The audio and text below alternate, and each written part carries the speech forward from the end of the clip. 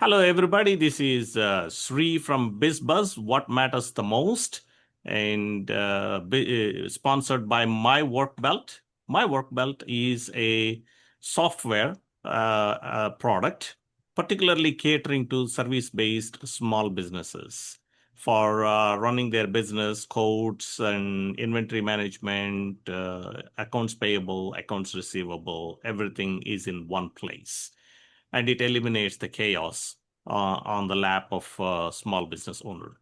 And back to our episode. Today we have Craig Andrews. Craig Andrews is a principal ally at alliesforme.com. They are masters in marketing. And if you have a high trust, high ticket sales, you would want it to talk to Allies for Me, and particularly Craig, and how to take that into the market. Craig, how are you doing? Sri, I'm doing wonderfully. Thank you. How about yourself? I am doing great. Summer is here, and we are really enjoying the summer in northern part of United States. And I know you are in Dallas. It's every day is a summer for you. I'm not Oh, Dallas, Texas, Texas. actually, Every day. actually, Austin, Austin, Austin. Austin. Yeah, Uh, yeah. And we just our lake just rose over 30 feet in 2 weeks. So we've had a ton of rain, which is rare in July, yeah. and we're getting a lot of water, which is nice. Excellent. So today I wanted to talk about what are the different types of salespeople. There are different personalities for the sales. Some people are very, very good in doing the relationships, building relationships, and some people are some some of the words that I hear in the market is challenger. So can you demystify what are the different characters or characteristics of different salespeople? What are their strengths?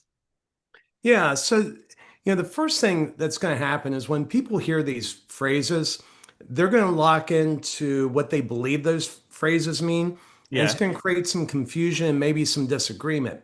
Yes. So I would say listen to the words. But, I think back to early in my career, I was going on a sales call with a guy named David, Mm-hmm. and and after the sales call, David started coaching me. He's like, Craig, as soon as you start seeing resistance, turn around, run in the opposite direction. Yeah. Yeah. And and so David's what they call a relationship builder. Correct.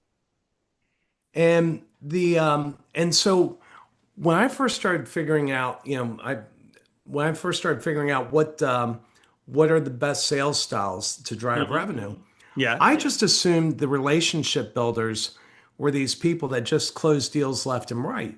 That's right. Because you know these people, you've met them, and you just love being around them. And you But already established the trusted relationship with them. And trust yeah, is what closes the transactions very quickly. well, so it turns out that some folks dug in and studied the data around that. Yeah. And what's called a relationship builder, which is a specific style, Uh-huh. is not the number one sales personality. As a That's matter of fact, interesting. yeah, as a matter of fact, they're dead last. So if Really? yeah, let me see if I can remember these. So the sales styles were the hard worker, the lone wolf, the relationship builder, the I'm forgetting one, and then the challenger. Uh-huh. And the challenger was the number one sales style. Let me put some numbers around this. Mm-hmm. So if we talk about complex sales revenue, complex sales, often if it's a consultative sale, it's a complex sale. If you can buy it on Amazon, it's not complex. Right. But people that are in high ticket services are almost always doing a complex sale. Absolutely. So of these five sales styles, 54% of complex sales revenue comes from challengers. Oh, wow. Over 50%. So 54% is quite a lot. 50, guess how much the relationship builders bring? I cannot guess any more than 20 then. Worse, 4%. Shoot. Wow. 4%. That is really, really small. Yeah. Lot smaller than I expected. So here's where people get confused. They hear the term challenger and they think, oh, this is just an abrasive person. That's Yeah. not true. Right. It's not true. What the term challenger means is it's somebody who challenges you to see the world differently than you presently do. Ah, I see. Yeah, yeah. Okay. And so the difference between a relationship builder and a challenger, relationship builders find your comfort zone and they just hang out there. They just stay in the comfort zone and they want to keep you comfort. They want themselves to be comfortable. Right. So, like this guy, David, who said, Craig, as soon as you run into resistance, turn around, run the other way. We're just going to hang out in this comfort zone. I see. I see. Yeah. Okay. When the economy is tough and people need sales or they need Hmm. growth, Yeah. the relationship builders aren't going to get them there. They're just going to say, hey, hang out, just be Yes. comfortable. Yeah. Yes. Yes. The They don't have challenge, an attitude of leading and driving you to make a decision. well, and it's not just driving to a decision. It's again, it's about helping people see the world differently than they had before. Correct. And challengers help you achieve what you cannot achieve on your own. Yes. Is it not the way that challengers really question your status quo? Question the status quo, but again, I keep bringing it back. It helps you see the world through a new lens. Right. Right. So let me give an example of a challenger and a relationship builder in my life. Uh-huh. So, I was in the hospital recovering from COVID, Yeah. woke up from a coma. One of the things I had to do was learn how to walk again. Correct. Okay. One of my physical therapists was this gal named Casey. Hmm. And Casey was a challenger in my life. Yes. Now, she was super nice. Yeah. Now, anybody that's worked with physical therapists, it's not, they're going to push you to do things Yeah. that are a little bit uncomfortable. But I remember Casey, I was in this machine called a standing frame, which is where I was rebuilding enough muscle strength to stand up. Uh-huh. And one day in the standing frame, she said, Craig, do you want to try the parallel bars? I Hmm. had no idea what she was asking. I was like, sure. We went over. Next thing I know, there's the parallel bars like you've seen Yeah. on Yeah. TV. Yeah. And she gets me practicing standing up on the parallel bars without the standing frame. And the next day she said, Craig, do you want to try to walk? I'm like, okay. So she was watching me. She saw what I was capable of, Right. and she knew when to push me to the next level. Correct. And and it seemed like instantly, not only did she have me walking on the parallel bars, I only walked on the parallel bars twice.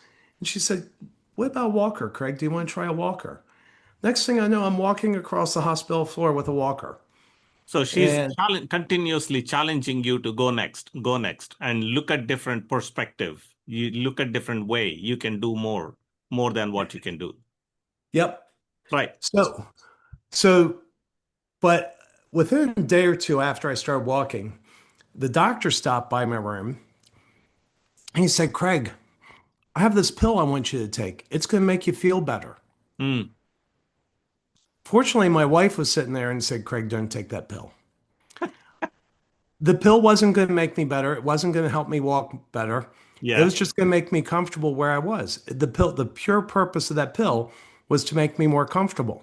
I see. I see. And it turns out it was also highly addictive. And Uh-huh. um, and so the doctor was more like the relationship builder. He Correct. wasn't doing anything to help me walk. He was just making me comfortable Making you where I was. comfortable. Yes. So that's an example. So let me tie it back to things when I'm talking to people about sales or about marketing their business. Yes. Um, so one of the things I say is, a lot of people they'll go to Google, they'll hire a marketer who will use Google or Facebook to drive Hmm. leads to their business, and what they're hoping is that once people come to their website, they're going to buy their service and they're going to make a lot of money and they're going to be happy. I said Right. other people call an appointment, have an appointment center, somebody who starts working the phones. Correct. And I said, usually it's when people have tried these methods that they come to me and they say, I've tried these things and they don't work. Right. And I said, the reason those don't work is those don't work in real life. Hmm. And I have a slide that I show them then, and it shows this creepy guy walking into a bar, up to a cute girl in the bar, and the Yeah, girl looks terrified.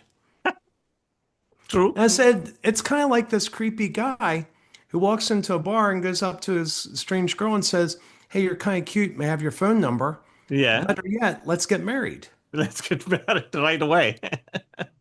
I said, we don't do that in real life because it's inappropriate. It's We, inappropriate. Yes, we know it's inappropriate.